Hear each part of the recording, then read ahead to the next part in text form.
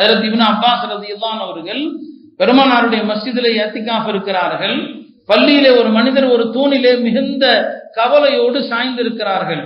போய் கேட்டாங்க அந்த மனிதரிடத்துல, ஏன் உம்மை கவலையோடு பார்க்கிறேனே, என்ன காரணம்னு கேட்டாங்க. அவர் சொன்னார், நான் இன்னாருக்கு கடன் தர வேண்டியது இருக்கிறது.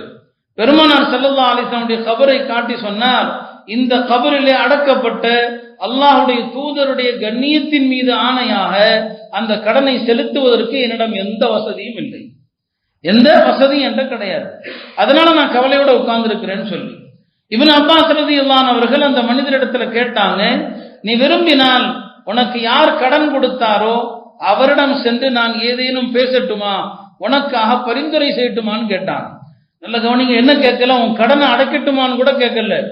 யார் உனக்கு கடன் கொடுத்தாரோ அவரிடம் சென்று நீ விரும்பினால் உனக்காக நான் பரிந்துரை செய்யறேன், உனக்காக நான் சிபாரிசு செய்யட்டுமான்னு கேட்டாங்க. இந்த மனிதர் தாராளமாக செய்யுங்களேன்னு சொல்லி இப்னு அப்பாஸ் அவர்கள் பள்ளிக்கு வெளியில வந்து தன்னுடைய செருப்பை போடுறாங்க. உடனே அருகில் இருந்தவர்கள் சொன்னாங்க, இஅ்திகாஃப் இருப்பதை மறந்து விட்டீரோ என்று சொன்னார்கள். இல்லை, மறக்கவில்லை. பெருமானார் ஸல்லல்லாஹு அலைஹி வஸல்லம் அவர்கள் என்ன சொன்னார்கள் என்பது எனக்கும் தெரியும். ரசூல் ஸல்லல்லாஹு அலைஹி வஸல்லம் அவங்க சொன்னாங்க, எந்த ஒரு முஸ்லிம் தன்னுடைய சகோதர முஸ்லிமுடைய ஒரு தேவைக்காக நடந்து செல்வாரோ, ஒரு முஸ்லிமுடைய தேவைக்காக நடந்து செல்வாரோ, அல்லாஹ் தஆலா அவருக்கு 2 வருடங்கள் இஅ்திகாஃப் இருந்த நன்மையை கொடுக்கிறார்.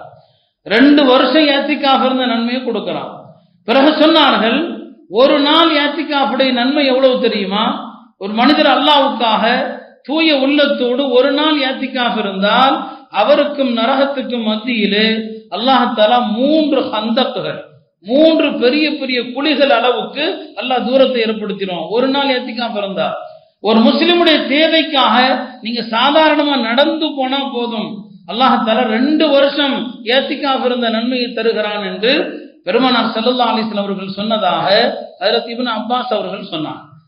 அருமையானவர்களே, நாம் இன்றைக்கு பிற முஸ்லிம்களுடைய தேவைக்காக, பிற முஸ்லிம்களுடைய துன்பங்கள் கஷ்டங்களுக்காக என்றாவது நாம் நடந்திருக்கிறோமா என்று யோசித்து பார்க்கணும். வெறும் இபாதத்துகள் மாத்திரமல்ல நம்முடைய மார்க்கம். இந்த அடிப்படையான விஷயங்கள், சகோதர முஸ்லிம்களுக்கு உதவி செய்வது, அவர்களது துயரங்களிலே பங்கெடுப்பது, இதை கொண்டுதான் அல்லாஹ் தஆலா நம்முடைய வாழ்க்கையை செழிப்பாக்குகிறான். பெருமானார் ஸல்லல்லாஹு அலைஹி வஸல்லம் அவர்கள் இது தொடர்பாக நிறைய மறுமை நாளுடைய சம்பவங்களையும் சொன்னார். ஒரு ஹதீஸில் ரசூல் ஸல்லல்லாஹு அலைஹி வஸல்லம் அவர்கள் சொன்னார்கள், நாளை மஹ்ஷர் மைதானத்திலே அல்லாஹ் தஆலா சொர்க்கத்திற்கு செல்கிற மக்கள் இவர்களை எல்லாம் ஒரு சஃபில், ஒரு அணியிலே அல்லாஹ் நிறுத்தி வச்சிருப்பான். நரகத்திற்கு செல்லக்கூடியவர்கள் இவர்கள் எல்லாம் ஒரு அணியில் நிறுத்தி வைக்கப்பட்டிருப்பாங்க. 2 பேரும் 2 அணியில தனித்தனியாக நிற்பாங்க. அந்த நேரத்தில் நரகத்தினுடைய அந்த வரிசையில நிக்கிற ஒரு மனிதர் சொர்க்கத்துல அந்த அணியில நிக்கிற ஒரு மனிதரை பார்த்து அவருக்கு பக்கத்துல போய் சொல்லுவாராம், என்ன யார் என்று உங்களுக்கு தெரிகிறதா?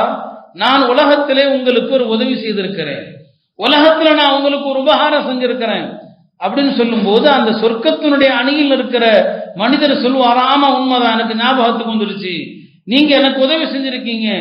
அவருடைய கரத்தை பிடித்து கொண்டு அல்லாஹ்விடம் செல்வார். சென்று சொல்வார், அல்லாஹ் இந்த மனிதர் என்ன பாவம் செஞ்சாரோ எனக்கு தெரியாது, ஆனா உலகத்துல எனக்கு உதவி செஞ்சிருக்கிறார், எனக்கு உபகாரம் செஞ்சிருக்கிறாரு அப்படின்னு சொல்லும்போது அல்லாஹ் சொல்லுவானா, நீ தனியாக அல்ல, சொர்க்கத்திற்கு செல்கிற போது இவரையும் அழைத்து கொண்டே செல், சொர்க்கத்திற்கு செல்கிற போது இவரையும் கூட்டிக் கொண்டு செல் என்று அல்லாஹ் சொல்வான் என்று பெருமானார் ஸல்லல்லாஹு அலைஹி வஸல்லம் அவர்கள் சொன்னார்கள். இப்படி ஒரு நரகம் முடிவு செய்யப்பட்ட ஒரு மனிதன் கூட உலகத்திலே செய்த ஒரு சிறிய உபகாரத்தினாலே அல்லாஹ் அவரை மன்னிக்கிற எத்தனையோ